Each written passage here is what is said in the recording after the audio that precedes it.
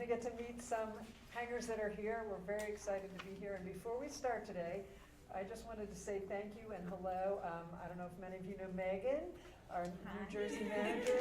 She put this whole thing together. There we go, all the way up. She invited us, so we're very excited to be here and to let her, to have her let us do this and get this together. So thank you. Thank you for being here. Oh, Of course, absolutely. thank you for everything you do. And here we have from Lynne and Healy, straight from Chicago, Nellie. Hello. Everybody. We had Eric coming in, but he's busy selling a harp from Camac, so hopefully you'll meet him later. But we're going to get started. Yeah, thanks. A couple of things, and Robbin, tune in anytime. At home, you have your PDFs, so you can print them. I don't know, I'm looking at all you guys. Where do I look? I look here. Just remember, this is so strange for us.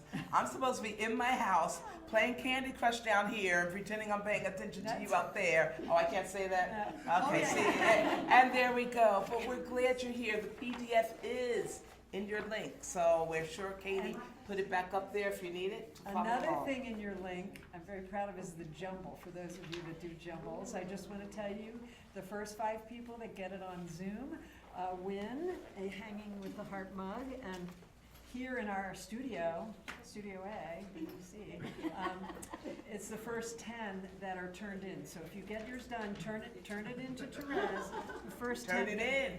If you the terms are music related, they're not all music specific. That's a little hint there. So, and yes, we still have our trivia question. And anybody here? What is it?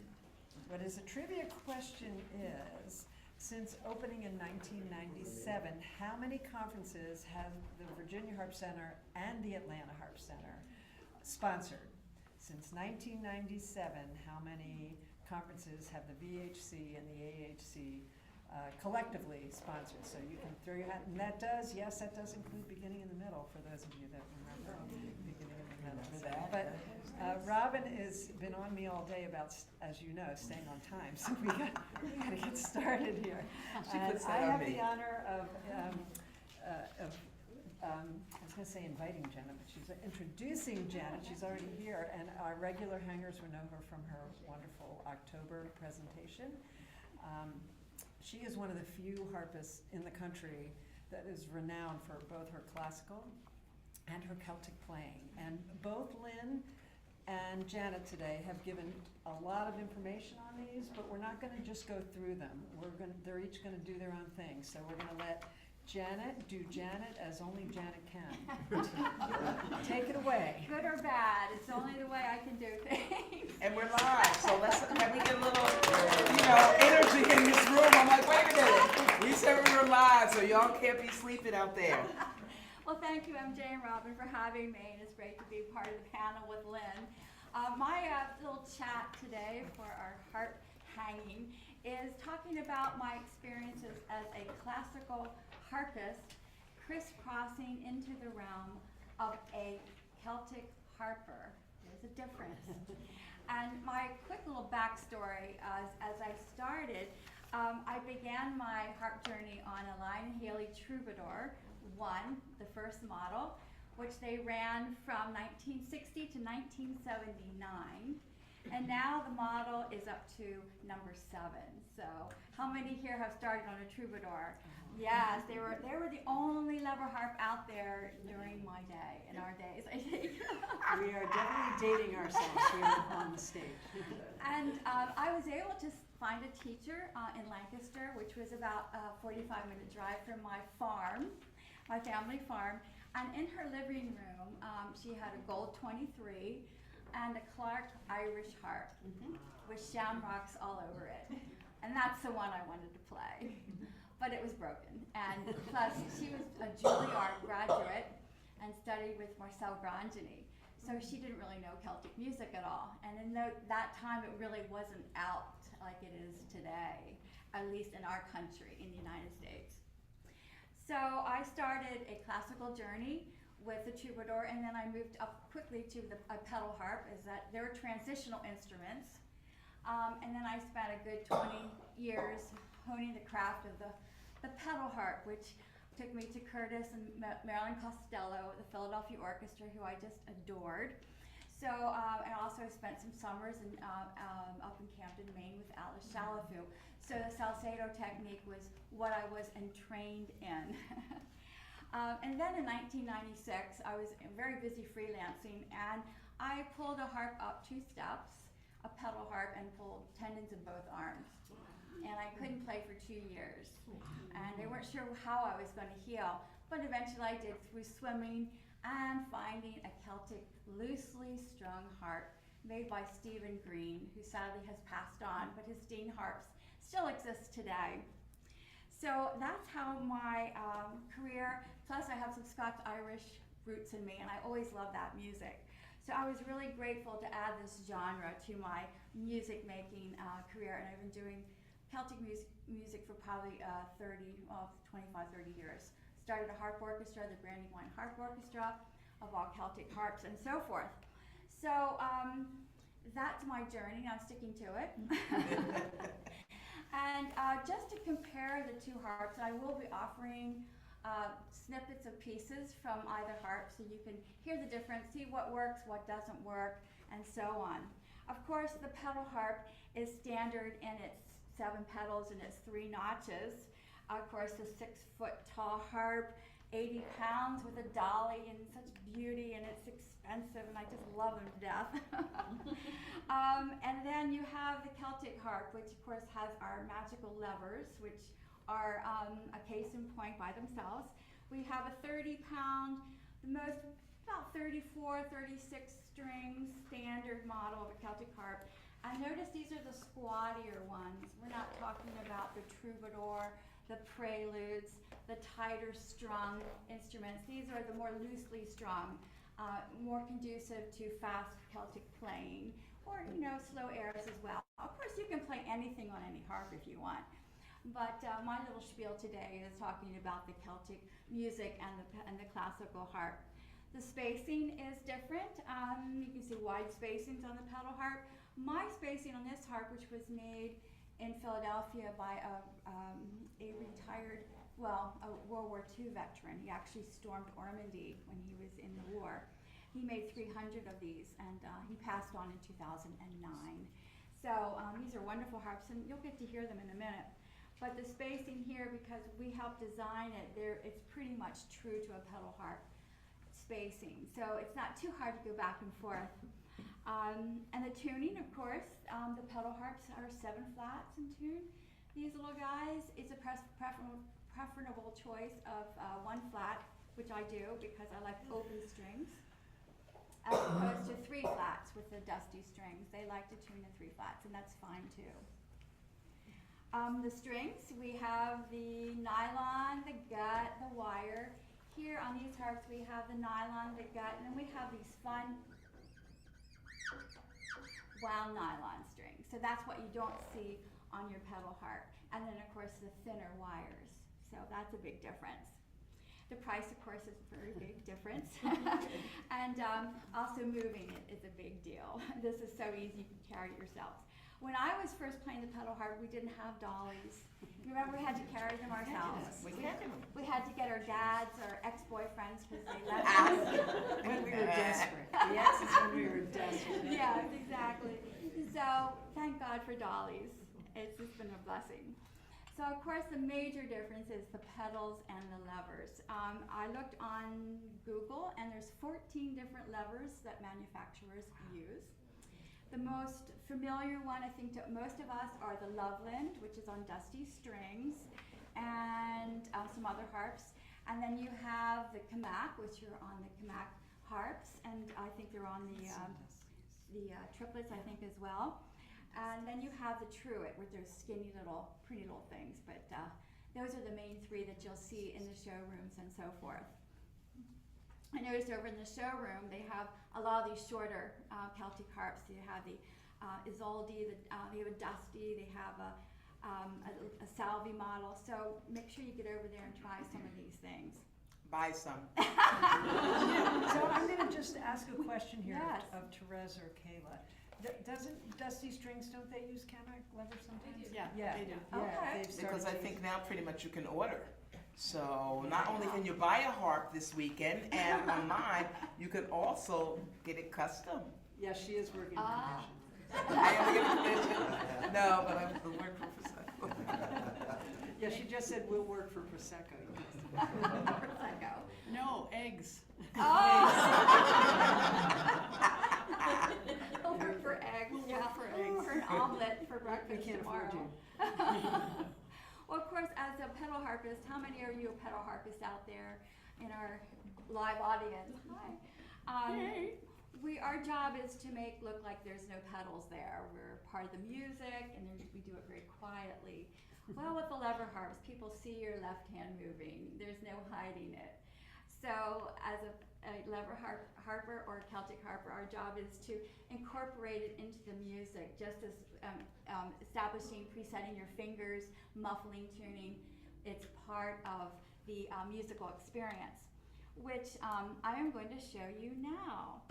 I'm going to be playing a reel from Scotland by J.S. Skinner, who was a 19th century Scottish fiddler and dance teacher.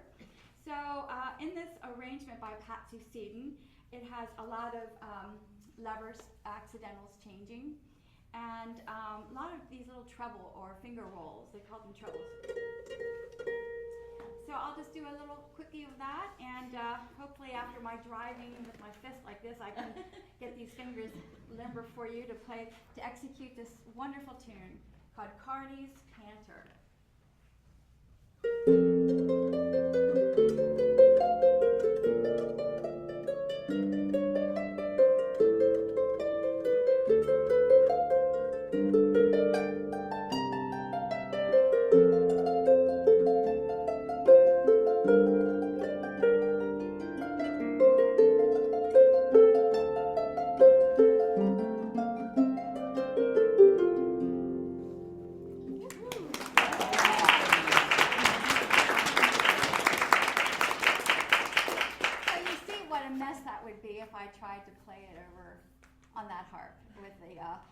All the ups and downs and the diddly squats, the little treble rolls. These strings are looser, so you can get away with a lot more lighter fingers. Again, when you play these harps, you don't want to be crashing them, big tone. You want to have a warm tone, which I will show you actually in my next tune. This is a Turlock O'Carolan piece that he loved to play. It was written by William Connellan. Some of you might know it.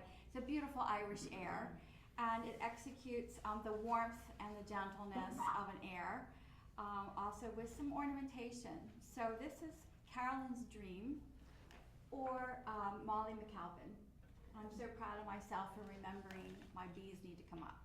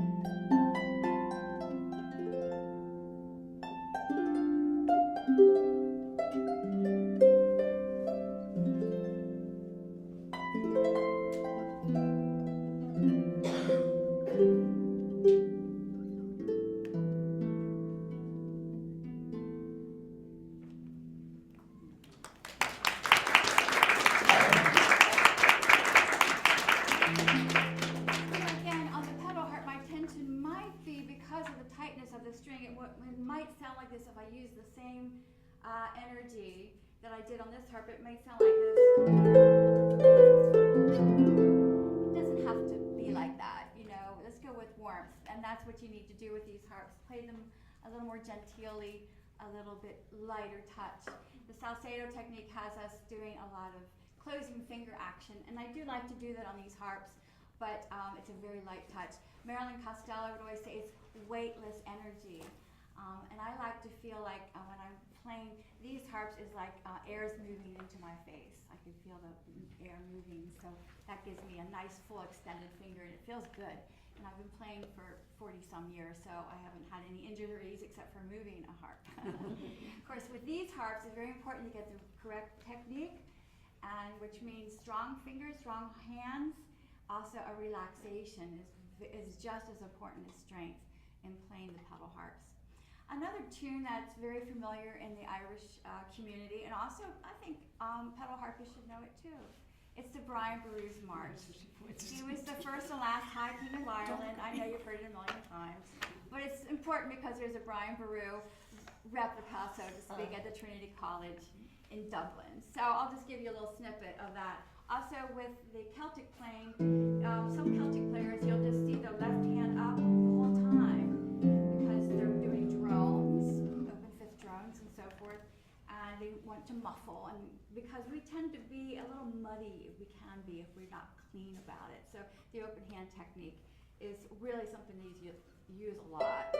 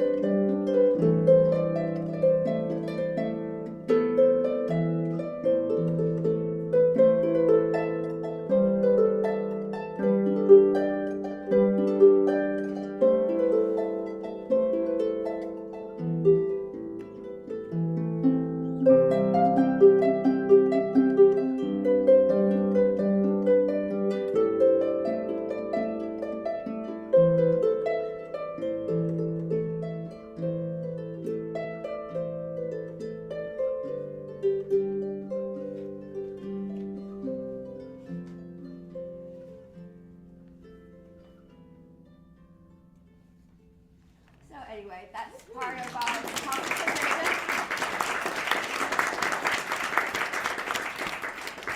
Another tune that's a little more recent that people love over in Ireland is a tune called Inisheer, written by Tommy Walsh.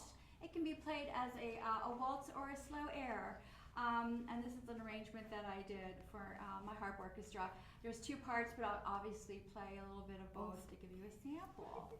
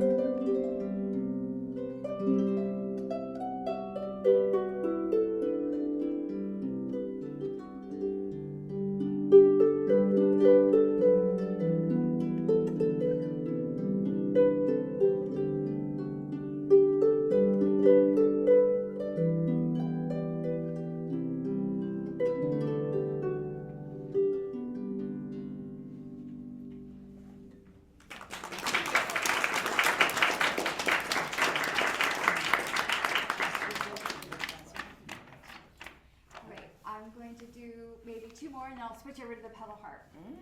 Robbin wants me to move along. So another tune that is very sort of uncharacteristic of Celtic tunes is Women of Ireland. It's a beautiful air written by Shauna Ryda, and it has a lot of room to do some sweeping arpeggios, which is not typically used in Celtic music. It just works for this tune.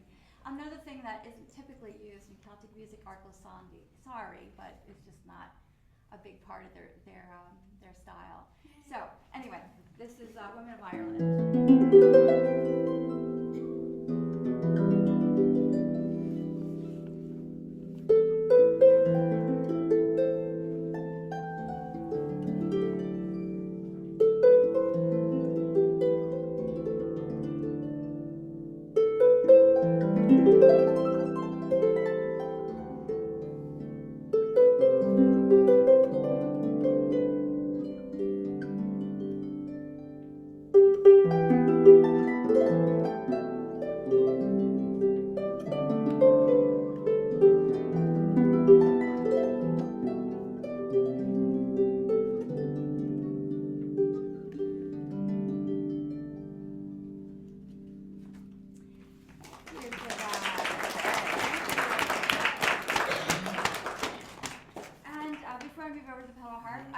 another carillon tune, and this will be a very fast tune because I can play fast because the strings are loose. This is his Carillon's Concerto.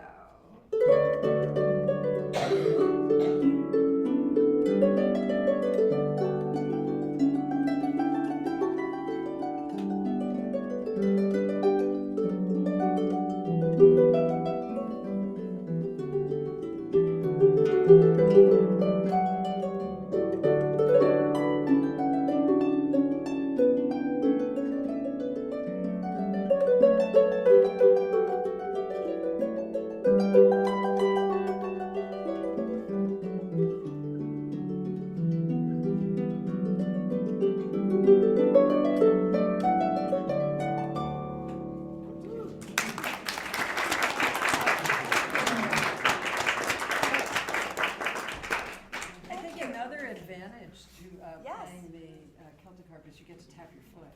I'm watching you can't do that when you're changing pedals. That's true. They don't like you to do that in orchestras, that's for sure. Yeah, they actually encourage tapping your foot, your ankle in this kind of music because a lot of it is dance music and so forth. So let me play another Turlock Carillon piece that you can play over in the pedal harp. Of course, you can play Carillon's Concerto too. Turlock wrote in two different styles. He wrote in traditional styles, and he also loved in the classical styles of music because he lived during the time of Vivaldi and Corelli, so he was influenced by them. And this is another piece that sounds rather classical. I'm going to play it a little bit slower because I've never played this harp before, and it's tight, which I love it. But here's a little bit of Sir Festus Burke.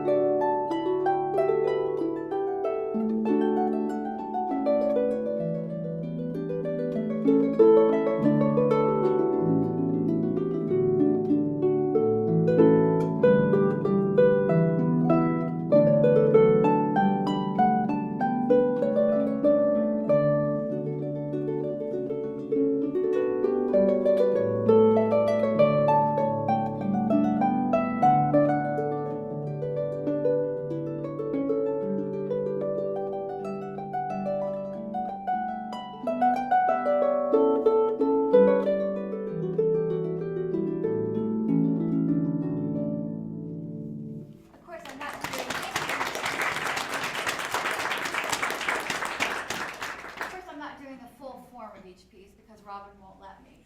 Yeah, there you go. It's like, let's go. But you're doing fine. So again, this You got is 8 more, minutes. if you don't have a Celtic harp, here's another airs work beautifully on the pedal harp, and here's a few of them. This is the Rowan Tree. It's a Scottish song of, it's just a beautiful sentimental piece. So this isn't a Celtic arrangement that I did, but I think it sounds nice.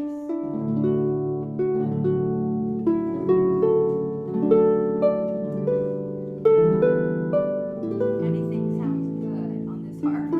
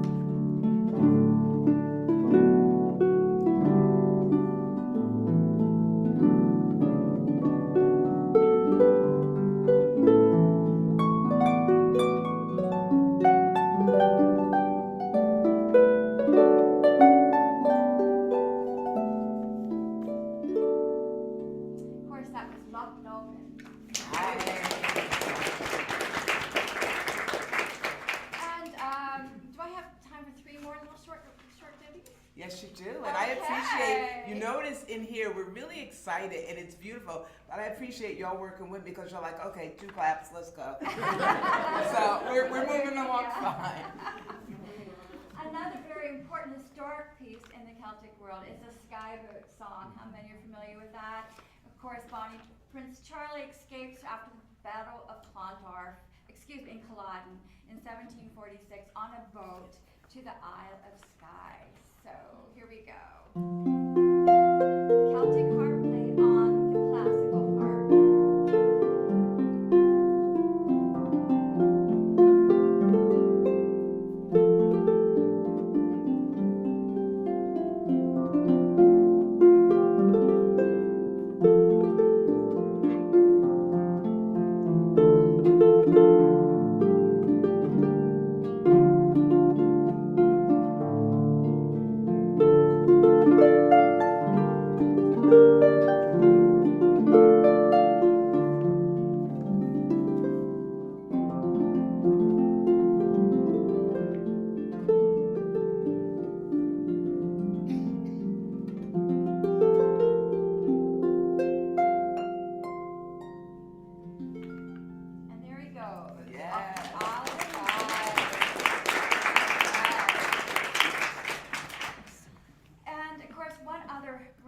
Festival favorite for Scottish music, which sounds also very good, is the Well Mountain Tide from Scotland.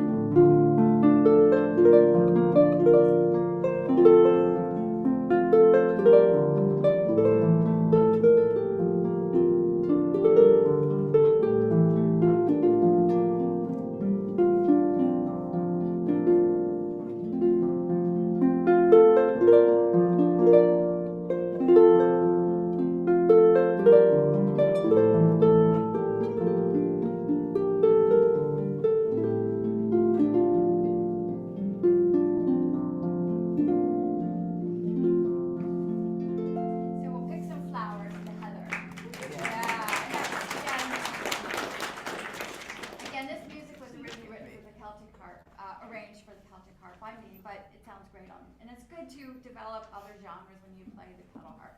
Now this is a different case in point, where I took a love song from Ireland, and arranged it for the pedal harp exclusively. So this cannot be played on the Celtic harp. There's just too many accidentals. It's a beautiful love song called Macushla, and just a sample of it.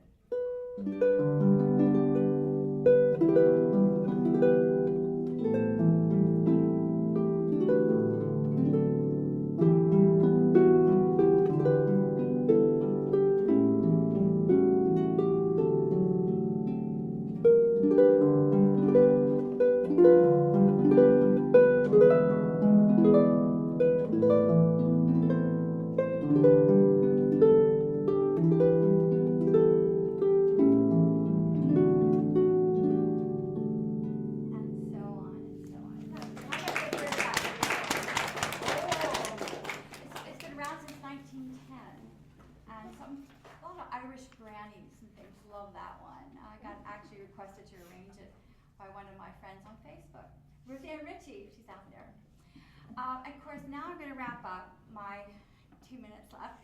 That's it. Don't look at me. Yes, so we have time for question and answers at the end. Very good. Right? So this is one of the first Irish pieces I learned, besides the Minstrel Boy, on one of those books, Milligan books, I think, on the troubadour harp. But this is Danny Boy, and of course it's a written traditional melody from Ireland, and of course the lyrics are written by an English lawyer. But I'm going to give a little sample of what I play, and then I got to go into Deborah Henson Conant's version, which is so beautiful. And you have time to play the whole thing. You've done so wonderful with your time. Thank so we're going to you. sit back and enjoy this. Very nice. And then I'm going to move over and play. Oh, here we go. Okay. See what happens? Play an inch, and I'll take 5 minutes. Okay.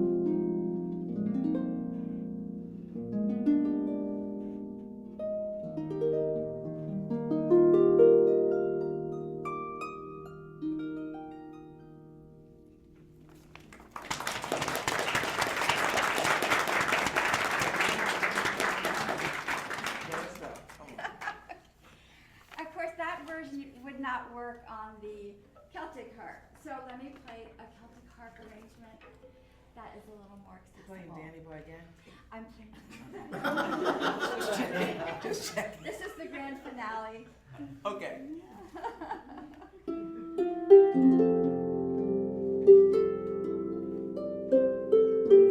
Nice bass.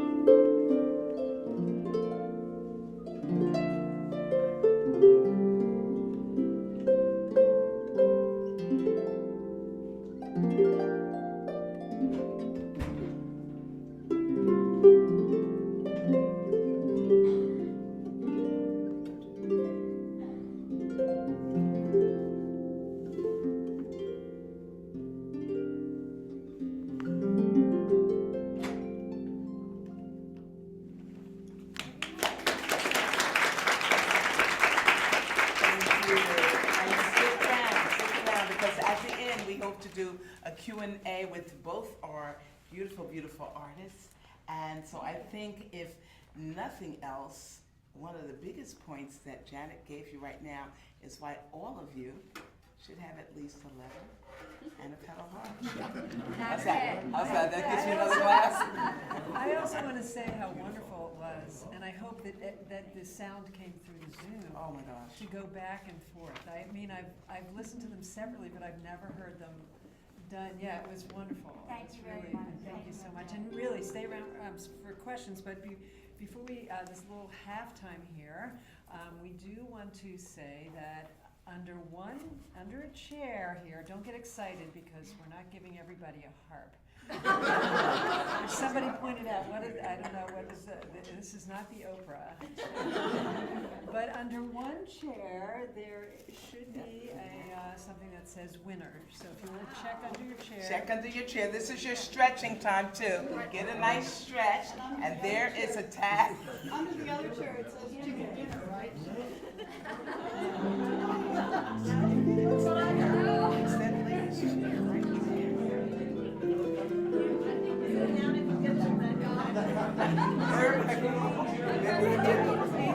Where did you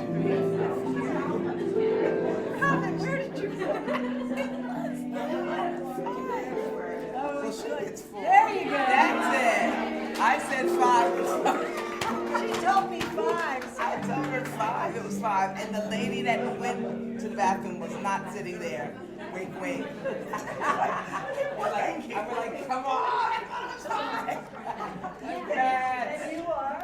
I'm Angela Scholes. I just came from Philadelphia, so I did it. Yep. Nice. I just played these little guys. Well, there you go. Go birds. Look at our souls. Enjoy it. I never even touched one of that big. Well, you will. You will this weekend. You will this weekend. Just so you know, this beauty here, I don't know, can we turn that a little bit more so they can actually see it? This is the canopy, and Lynne actually has one of these at home. This is one of her favorite models, and everybody that plays this one just absolutely loves. Yeah, there's something about these harps that are truly, truly magnificent. So, yeah. Excuse me. I didn't introduce you yet. You see, you have to stick up for yourself. I just don't understand. But, Lynne, we all know, love. Told me don't do an introduction, so I'm not. But here is what I will say. No, Lynne, you can look it up. You all have these same papers. Yada yada, professor, harpist, da da da. But here is the thing, to me, that's one of the best things about her, and she said it today. She said, I just do my job. I just sit at the harp and I do my job, which means that all of you, when she goes through her program here, can start doing your job. And then you would play as beautifully as she does if you do your job. She works hard, but she just, and MJ, I'm gonna sit her down, because she wants to tell you some stuff about Lynne, but Lynne said no, and I'm gonna give Lynne this, because I couldn't give her the other thing she wanted, which was to go first. How about that, hangers, right? But no, just, you know, get your handouts out, and there you go, Lynne. There I go. We good? No, what I was gonna say about the canopé, people, I do have one and I love it. I also have a Trianon. I love my Trianon. I've loved every Atlantide I've ever owned. It's sort of been a progression. But when I play the canopé, people come up and, oh, it's so beautiful. And for me, the nice thing is that I don't have to dress up. Because the harp does it all, you know, so I'm saved. That's good, I think that's better. I asked Amy to go get me a different bench, because I sit kind of low. Anyway, hi. Two things. I was thinking about this hang the other day, and I was thinking about all the hangs, and I realized that this handout and what I do and how I work, I'm sort of more a great British baking show than I am Top Chef, where you're given 20 minutes to create a 5-course, meal. I'm sort of, 4 hours, yep, make the bread, let's talk, let's have some tea. So a lot of what's in here, this handout, is sort of slow release yeast. Take it home, look it up, sit at the computer and go, what does that mean? What is that? What are those speech patterns? What does she mean by that? Google stuff, use ChatGPT, and then go the next levels down, because I'm not going to walk through the whole thing. But the point is that when MJ asked me to talk about the music, how do you take this thing that so often seems completely intangible and make it concrete? And musicians have lots of ways of doing that. It isn't something that we wake up in the morning and we go, I'm going to be musical today, But we play around with ideas, and we try different things, and we put different pressure on the strings, and we sit differently, or we play fast, we play a passage slowly, we play with another instrumentalist playing the same piece and go, oh my gosh, there's the phrase. So that's what this is sort of about, is how do you take what you're doing. Here's an example. What's the time signature on the Rhapsody? Is it 3/4? I think so. 1, 2, 3, 4. Okay, 1, 2, 3, 4. 1, 2. I mean, that's what's written on the page. It says mezzo forte or something at the beginning, when it's in 4/4. But that's not how you play it, right? There's a different voice. There's a different pedal. And then,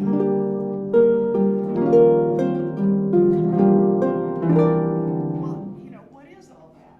Where does that come from? So that's what's on the last part of your handout. So go through this, enjoy it. It's really quite fascinating. The beginning, just to go back to the beginning, those universal truths, I am very liberal as a teacher. There are lots of ways to get where you need to be. These are this is my bottom line. These are non-negotiables. It is just not negotiable for you to not play the harp and kind of respect what the harp can do and what its sound is, not to force it, not to underplay it, not to make it do something that it doesn't do well. For example,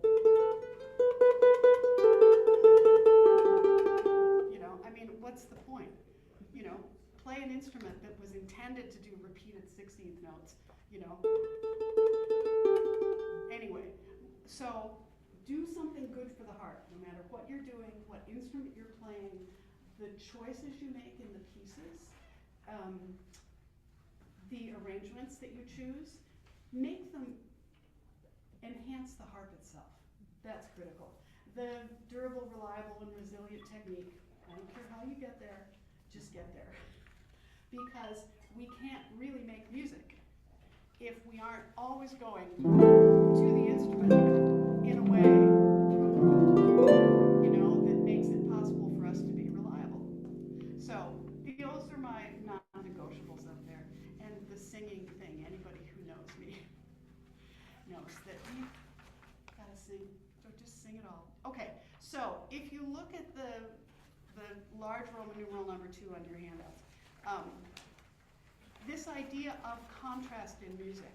So, for example, what I started with was the opening to this piece that Marcel Grangenet wrote called Rhapsody, and it's in 4/4, and it's in E flat major.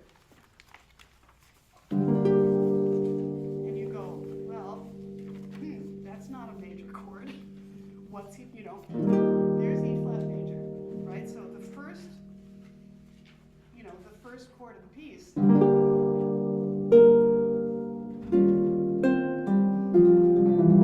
we're still not there, you know, isn't E flat major, so what's he doing? Well, you look at these options here and you go, I wonder if that has to do with the harmony. I wonder if that has something to do with harmonic motion. So then you look at your options for figuring it out. I told Christina before we started, I do love this harp. Oh no, she's gonna trade in again. I'm obsessed. I am obsessed with bass lines. And I think a lot of harpists, I mean, I think of them as melodies. They're equal in their importance and in their shaping of the music. So for this piece, you're here. There's a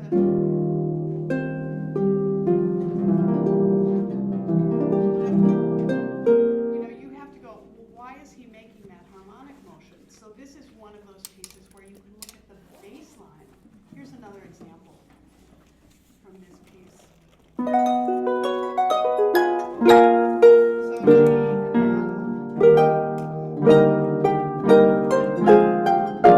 then, it's just, you've got to follow,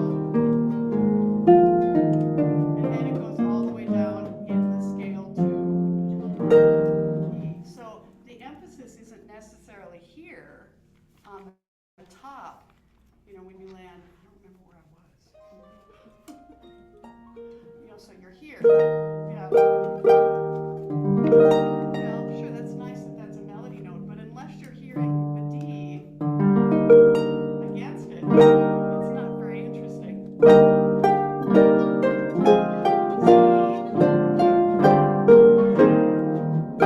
That's where you're going. So understanding your bass lines and understanding what the focus is of the piece, if you did it without that. I told MJ we should have made a bingo card out of this section. I told Robbin. Yeah. Because when I play the piece, you go, oh, I got that. Oh, I got that. Bingo! But if you were to maybe play that, it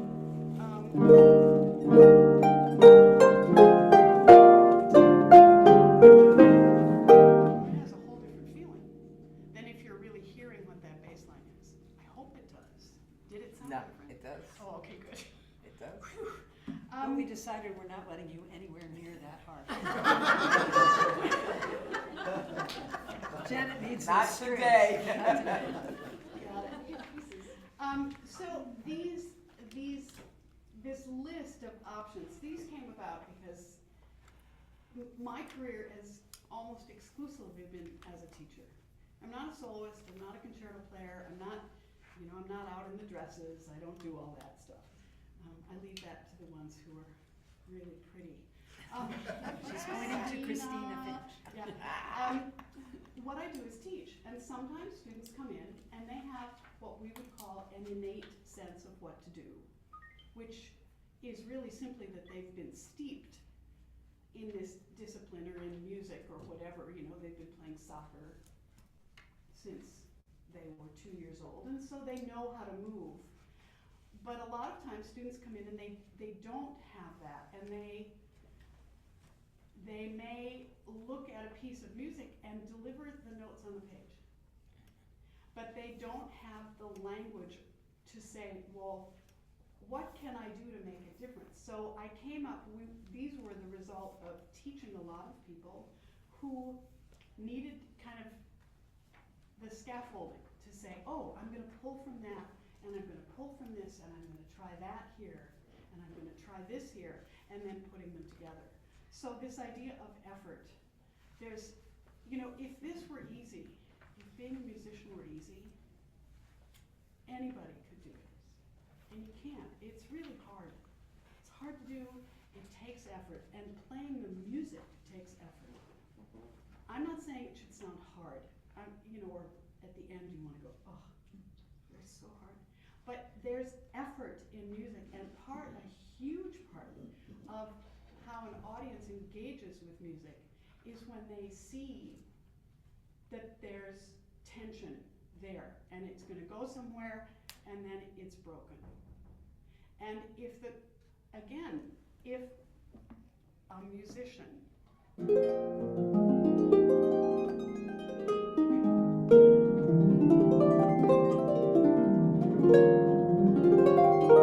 that's great, those are notes, that's really pretty, that's really nice, but it doesn't help build the tension. And in this case, the tension is this ascending. I don't know if I can do this. What did I play? There we go.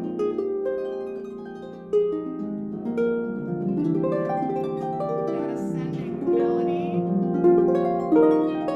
against, guess what? The bass line. So it's changing the whole way.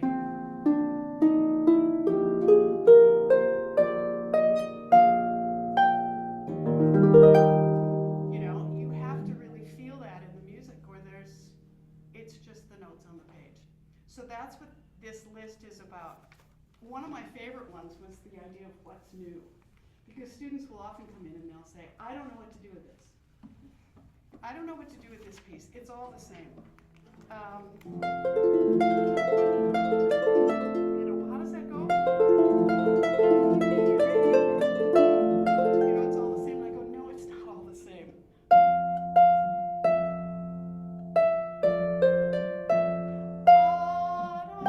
You know, there's all of this motion and, you know, from harmonic motion and rhythmic motion and emphasis. So you have to find what's new. I'm sure the patterns are all the same, but that doesn't mean that the music is static. So it's just a way to find things.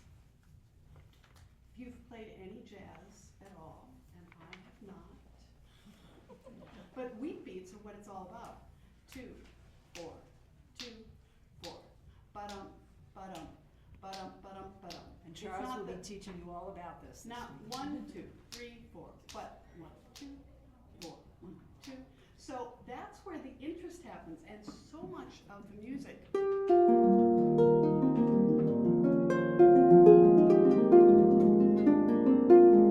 These inner voices happen on the weak beats.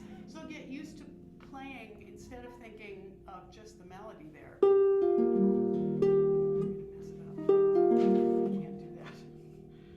Change what my orientation is, but think about, because I'm thinking about the inner voices. So to just think of the melody, I can't do. You did it. You did it.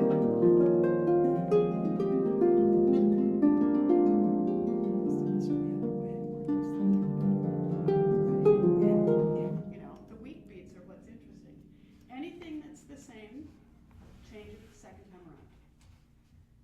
Don't do the same shape to a phrase twice in a row. So Grosjean actually in this piece, he's got this marked forte in the music, but he went back and changed it to a piano. So and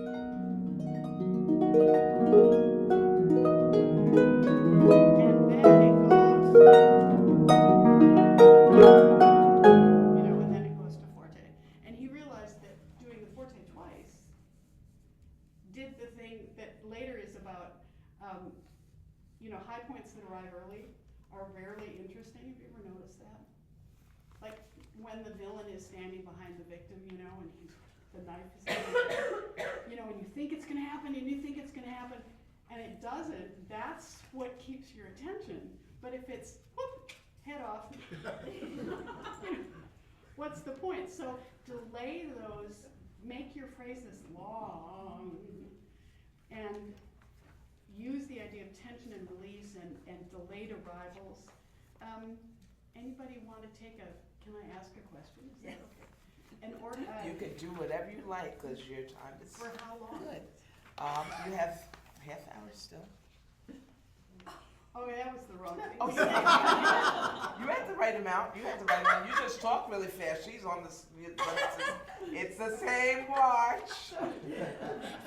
So, and then I think for a lot of musicians, a place to start, and especially with young students, or I don't mean young, but young, coming to music early on, whenever you do that.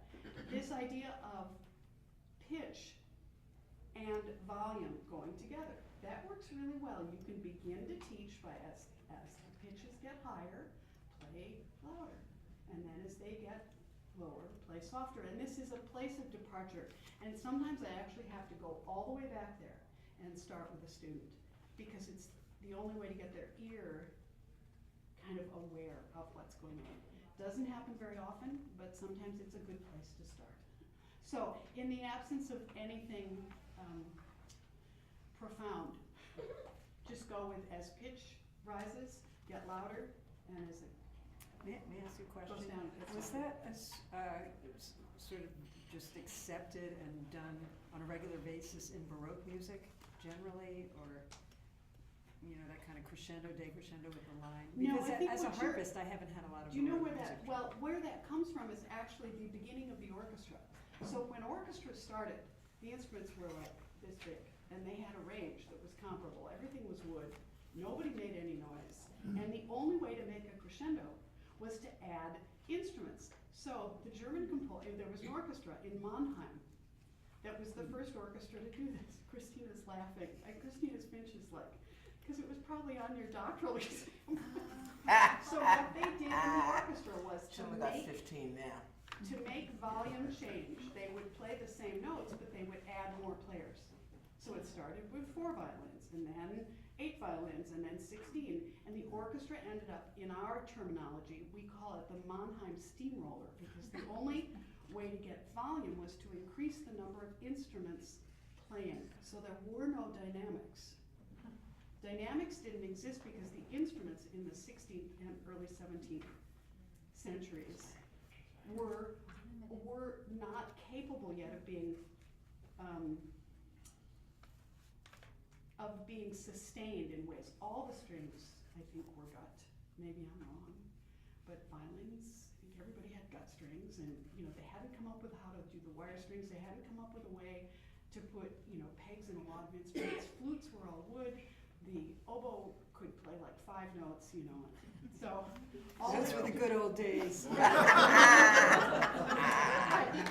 this was before the 19th century, when all this explosion of industrial engineering took off in every field, that keys were added to instruments. The metal alloys were changed for the wind instrument, for the brass instruments. Violins became, they just realized they had to have more in the orchestra, and they made the necks longer on violas. I mean, all kinds of things happened. The harp, pedal harp, became a double action pedal harp from a single action, which had the same key range as a lever harp. So it was the only way to get dynamics. So really, that's what it is. Yeah, that was my. That's amazing. No, I'm fascinated. Well, I'm laughing because I'm like, yeah, well, so now you got 15 left. Come on now. Okay, Doctorate. And orchestration, does anybody want to take a crack at what the idea is there? I must have a really active imagination, because We're on the last page, that she's here's, talking about the keys to unlocking the mysteries of musicians. we are. I think part of it is because I honestly believe that I think the harp can express and can sound like any instrument. So in my estimation, if I'm playing a piece of music, it isn't that I'm playing the harp, it's that I'm recreating on the harp a flute or an oboe or the strings or the brass or the woodwinds. And the range makes a big difference. whether the line is, you know, if it's all chords.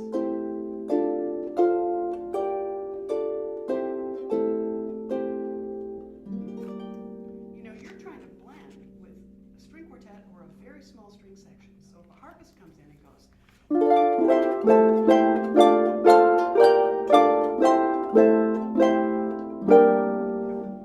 what string section can blend with that? No, you're setting it up so that their single note, that's how they start. Believe me, they're all terrified. And then you want to come in, you know, so I orchestrate things, and I have my students do that. What register are you playing in? What instruments play here? It's not the violin.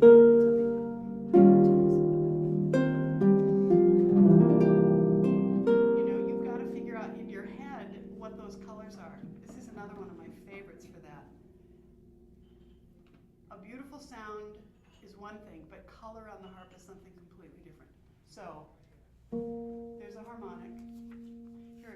Here's a harmonic with its open note, which to me makes a whole third note. Here's the open note, there's the harmonic, but you put them together, and it's a whole different color. Or you can do this. You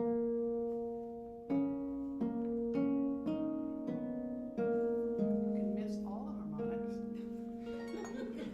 But the idea is, what's that color and why is it there? And who knows what this is, except besides Christina? I'm not going to look at you. Anybody? What? This, yeah, that would, it was. This is the chant on which Grandgeny based the Rhapsody. Grandgeny was an organist and a pianist, and he was trained in harmony, piano, organ, and harp. He had first prizes in piano and harp from his educational training, and he was an organist. And he,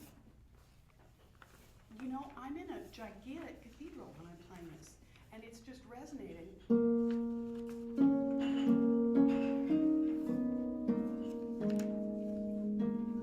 And there's no rhythm to it, because it's a chant. It's not.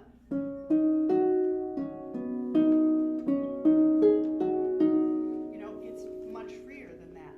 It's notated as all the same note values, but you shape it as if you're singing, if you're a monk. And I think that sense of orchestration and color, the Debussy is the vertical versus horizontal. Like, here's a horizontal.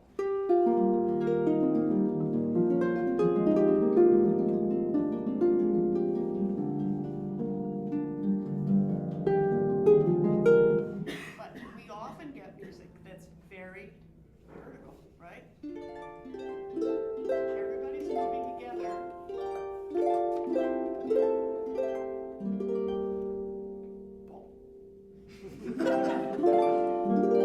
Can't sing that. She's being the double bass. So you have to figure out how to phrase that so it doesn't come out sounding like tin cans being thrown in a grocery cart, you know? You know, thank you, I don't think I want that. But the idea is it's still a very vertical piece of music. So you look at it and you go, how do I phrase something on the harp that moves like this? One of the earliest examples I think that's just fabulous to work with is the John Thomas Minstrel's Adieu. Because the melody is be-da-dee-dum, and it's all chords. But you can't play it like that chunky. It has to sound melodic. It has to be sung. Yeah. So that's what these are about. The life stories of the composers, what they're doing, the historical context of the music. Absolutely our first responsibility is to do what the composer puts on the page. So if you take a look at anything that's composed, she says, holding up a piece of music. Do you like this? Like it's been run over by a car. We love it. So Grandgeny says very broadly, he says it in French, so it sounds so much better in French. Very broadly, forte as in a recitative, which means what? Some freedom, some vocalizing, some freedom in the shape. And a recitative in opera is when they stop and go, oh, do you believe that he kissed the maid? Oh, no, I don't believe, everything's the same, but the story is being advanced. So it's unlike an aria where the action stops and the singer is, I'm so perfect. Listen to me sing. So he does not say, there's a mention of marquee, but it's fluid. It's in 4/4, and the motion is fairly vertical.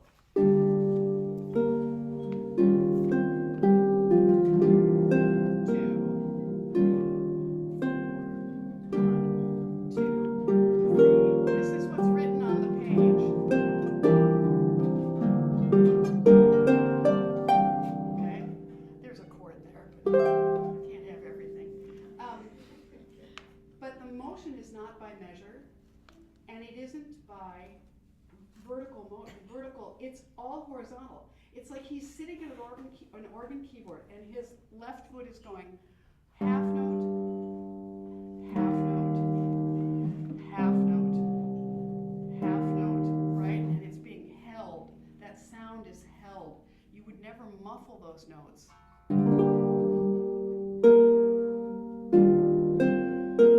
Because he wants them to be like an organ.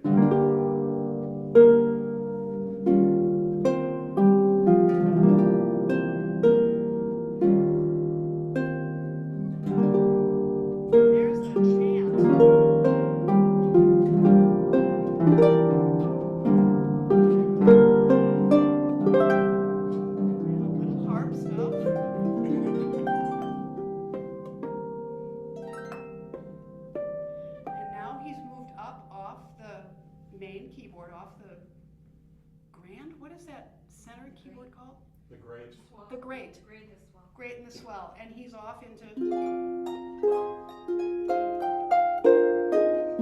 going to come back down. But all of these things are important to know in some way when it comes time to choose how you're going to interpret your music.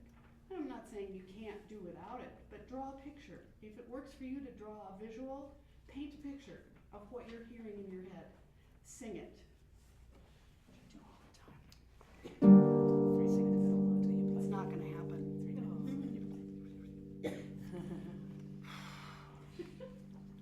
I can try playing it. Yo, you gotta play it now. Oh, Right? Okay, we've got the handout, and it's heavy and it's thick, right? We've got a lot to read. I'm gonna go home tonight because I'm not playing any note this week, and so, somebody else take my place.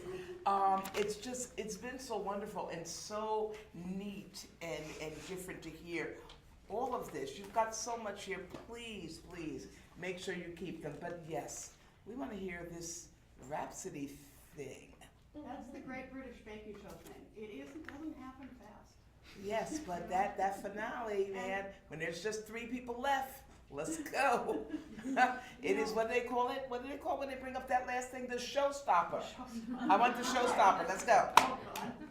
But my point is that this is all great to get, but until you sort of sit and play with it for 20 years,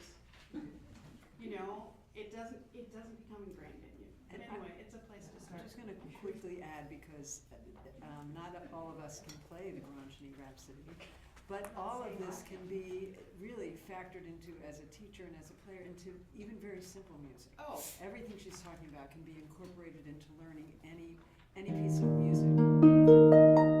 Oh, that's my favorite piece. Stop digressing. Rhapsody. I get you processional. Take a breath, Rhapsody. She's squirrel. I know. Emily is right. Every piece of music has shape. It has motion, it has direction, it has sound, it has timbre, it has color. Orchestrate everything. Okay, I'm really going to try this. We are. And everybody just shake it out a little bit. We've been sitting for a while. Shake it out, stand up, give her a great audience. This is the finale, but you can't leave because we have a Q&A. And that's why we're doing this now. And we've got to find who won stuff. And yes, You've got to find what? Who won? We've got prizes. We We've have got our fabulous head. prizes. We Okay. do other stuff besides, get in. Usually I play this piece without saying anything, but I'm going to go ahead and say this first. Marcel Grangeny wrote this when he was very young. It's Opus 10 in his in the works that he composed. He considered it For him, he opened all of his recitals with his Rhapsody, because to him, it was his gift. He was extremely devout Catholic, and it was his talent that he felt was a direct gift from God. And so he wrote this piece and he opened all of his programs with it. I think if I had half of his humble character and just simple approach to life, which is just do your best, you know, I'd be happy. I wouldn't yell in traffic, is what I said.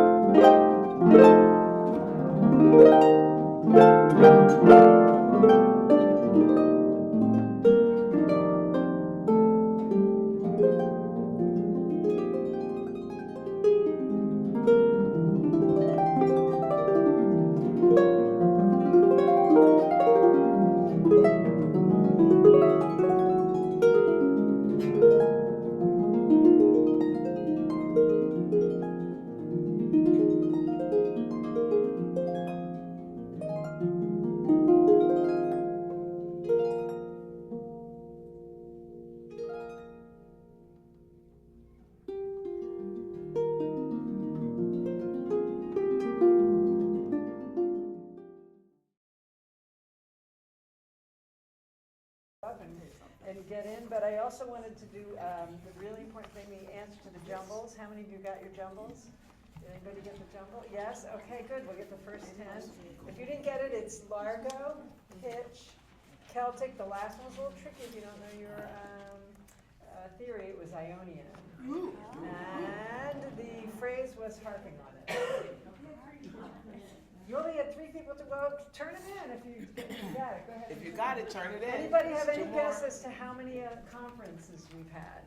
Because I'll take the first right answer, just throw it out. 33? 33. 17. 33, 7. How many conferences collectively VHCNH has had since we opened in 1997? I think, oh gosh, I'll have to write these down. Because it's sort of in the middle, I'll give you that much, so we have someone who's a little closer. 19.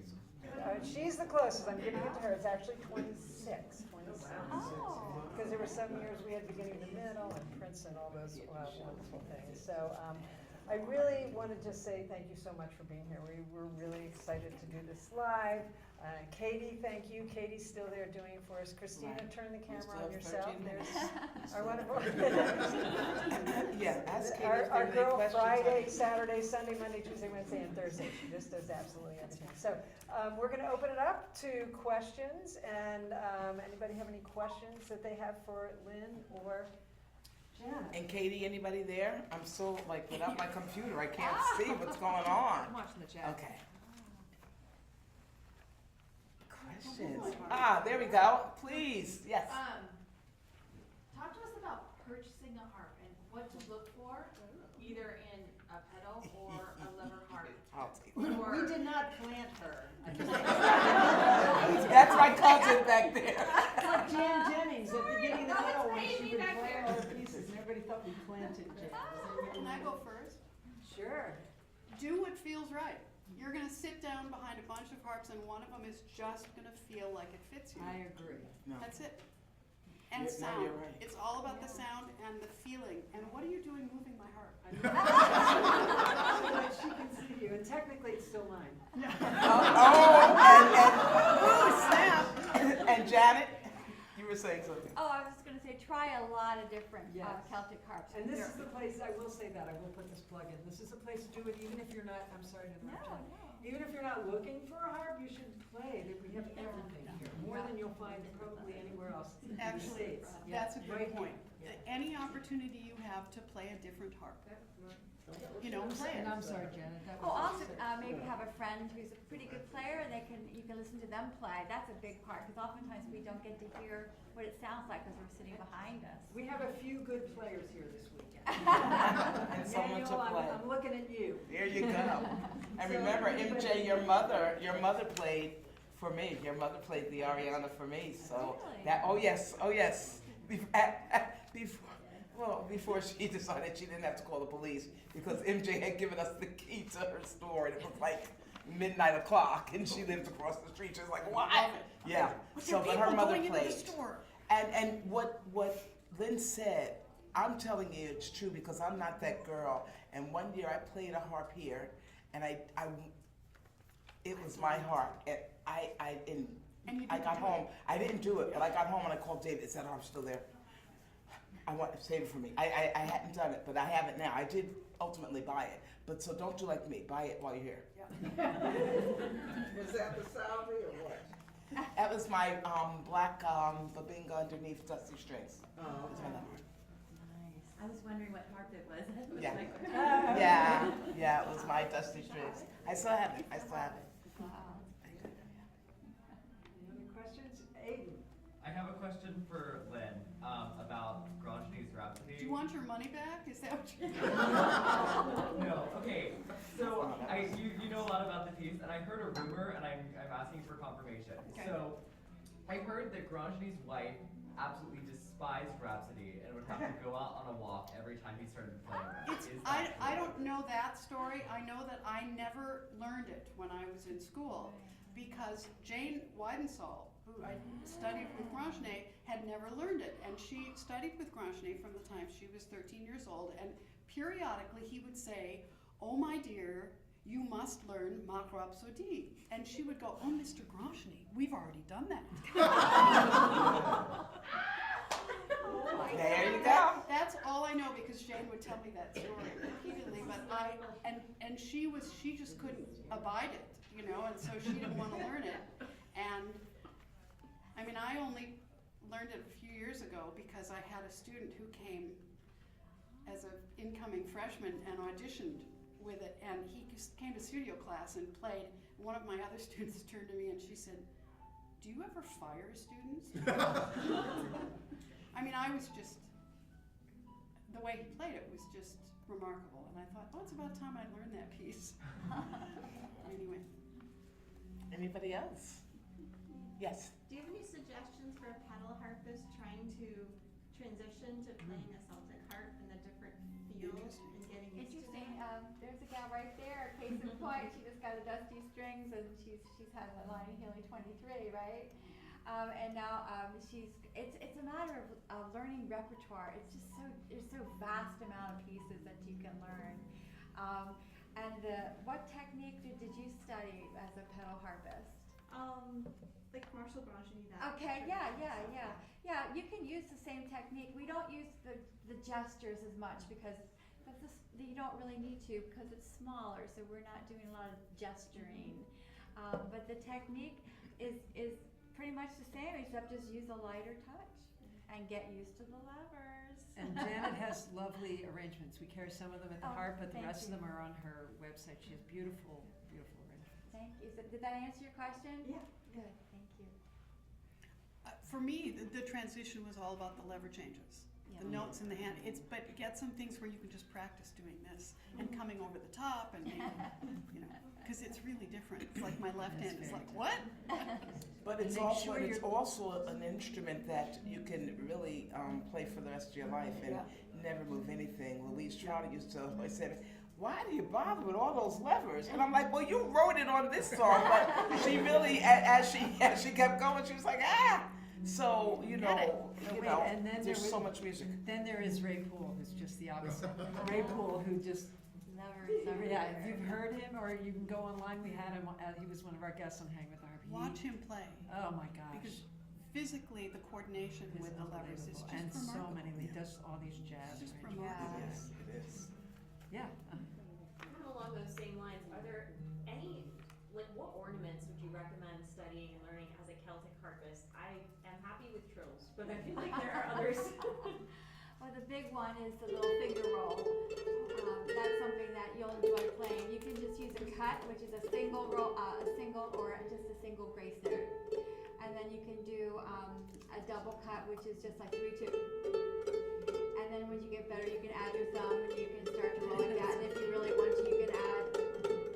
So that's a really big thing. And also a lot of open hand, which is something that we do a lot in the pedal harp as well. But that's really a big part of it, to keep it clean and not to overplay these harps. Don't try this on your pedal harp. Yeah, you don't want to get It's almost tendonitis. almost Yeah, the it's true. It's true. I've done it once, and that was plenty. One piece, it was like, no, never. Definitely different animals. I was wondering, both Lynn and Janet, what is, would you prefer, pedal? Oh, interesting. Ooh. When I get behind this harp, I love this harp. And then when I get behind that harp and play beautiful music that harp can play, I love that. It's like having children, you just love them for the difference that they are. But when it comes to moving, this is my A no-brainer. I think it's moving is moving, you know? Yeah, the Is that moving, right? I did, because when I first was going and I bought my first lever harp. Of course, it was like the biggest lever harp ever. But even with my small, moving is moving for me. It's like, I don't want to do none of it.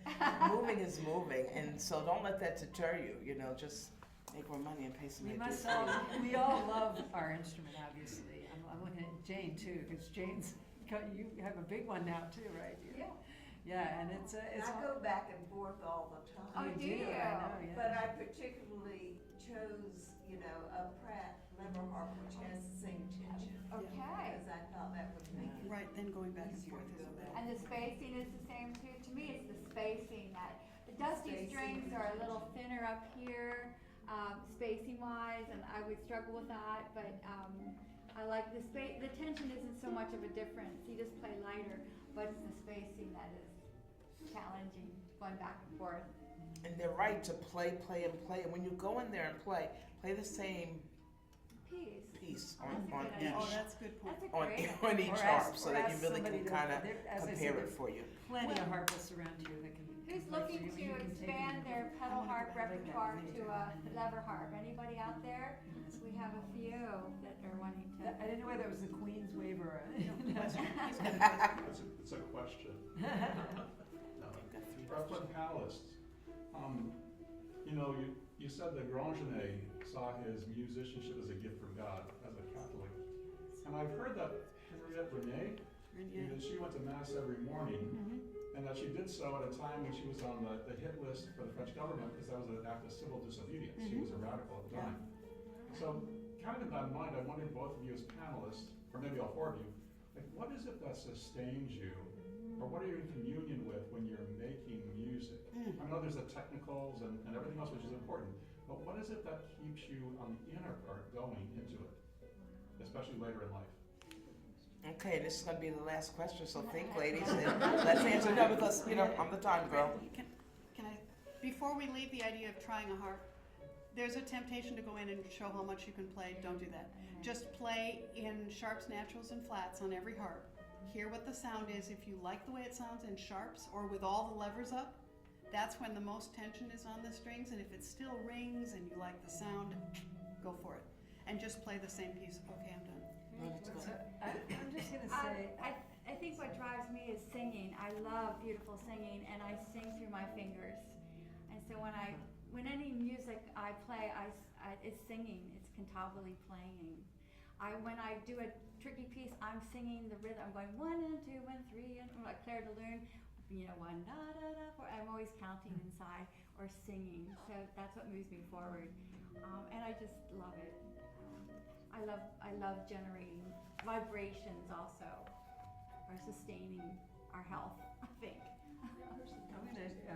I started the harp later than most professionals. I was a senior in high school because we didn't have access to them, and I had played other instruments and enjoyed them. I can't explain it, but I had seen my mother play the harp when I was very little. But to me, the harp in particular is just easy to connect with. I can't explain it, but I'm sure many of us, like, I just always wanted to play it.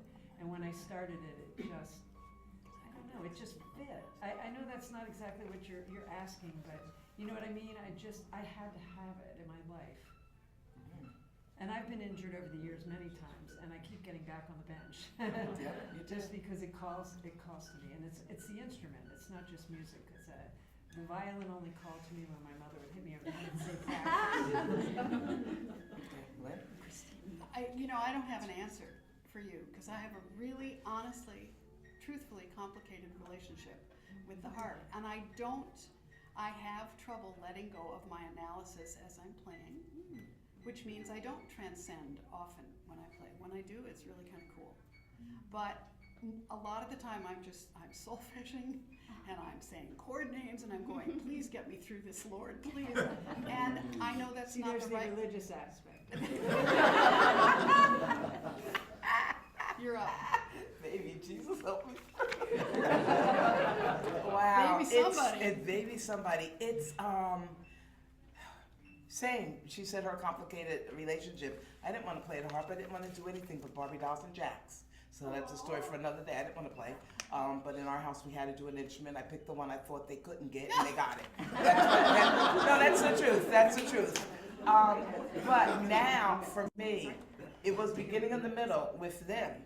When I went to beginning in the middle, because I wanted to learn how to teach adults how to play, because I was starting a school program at 6th grade. They're already adults, right? I was like, what made somebody want to play the harp? Because I didn't know what that feeling was. I was obedient, right? I didn't know. So I went to beginning in the middle, and I watched adult after adult after adult come in with these gorgeous harps, levers, pedals, gorgeous harps, and they were happy, happy, happy. And then they would sit down, they were like, they couldn't play nothing, really. They were terrible. No, they were terrible. And I, in that moment, felt, no, they were terrible in the beginning, I'm sorry, no. But I felt so ungrateful. And I was like, that changed me. To say, wait a minute, and I do kind of like it. I've been doing, like I found my place there, and now when I play, I remind myself that people love it. I remind myself that I choose things that I like, so that even if no one else loves it, I'm having a good time. And I just try to remember how grateful I am that this instrument's in my life, and that's it. So I know we do have to wrap it up, but I would like to have Emmanuel address that. He's one of our guest artists this weekend. What's your connection? That's a very complicated question. Yeah, see, I think for professionals, yeah, it can be. I think we'll struggle with that, with those ideas, and like Lynne was saying, I would describe my relationship to the harp and music as complicated. That would be the first word in my head. Even though it's what I do almost every day. I think it has to do with being a profession that is so entangled with emotions constantly. Not that other professions are not in their own way. But I do feel that as artists, in this case as musicians, we have a responsibility with what's around us, our context. Going a bit into what you were saying before. So I think as long as you have that clear and try to do something about what surrounds you, through the music, in this case, then you're good to go. I just want to also clarify something, and I know, Robbin, that came off harsh, but those of you that don't know, Beginning in the Middle, it was a conference we did for many years for adult beginners. And one of the reasons that inspired Kim Rowe and I to do this were adult beginners that weren't finding a way to get the training, I think is what it was. We were so thrilled, I think, when a teacher of Lynne's caliber came to Beginning the Middle and brought so much, because Lynne loves to teach. I don't care how old you are or how long you've played or what you play, Lynne loves to teach. And I really feel like that conference in particular, Marianne, shake your head, helped to foster the fact that there's a whole group of adults out there really enjoying what they're doing. And Dennis, you did it year after year too, I think. And that was our purpose, was so you could get this kind of instruction and see where you can go. I think, yeah. Oh, well, whatever, Yeah, but I said what I said. And we're definitely gonna close, but Christina, I would like to know, Christina, because she's also of the younger generation. Yeah. And I would just like to know what your answer to this complicated question is, and then we will definitely have to sign off, because I think the ensemble has to come in. And turn the But camera. please, I'm gonna be really close to the camera. So I agree with everyone that my relationship with music is very complicated also. I feel so grateful on a day-to-day basis to do what I do. I'm a freelancer full-time, so a lot of my time is spent getting to and from gigs. But I was just at breakfast with a dear friend of mine who's also a musician, and we were talking about how most of the people that we went to school with, high-level conservatory training, are no longer in the field. Because how it's challenging, it requires so much of yourself, you have to give so much of yourself on a day-to-day basis in order to keep going and to keep the passion alive. So I always try and remind myself, on those 12-hour drives, how grateful I am to be playing my instrument as my career on a day-to-day basis. Not everybody gets to do what we do, and we are all so lucky to have this instrument in our lives. So I just try and keep that gratitude going whenever I can. Very good. Thank you again.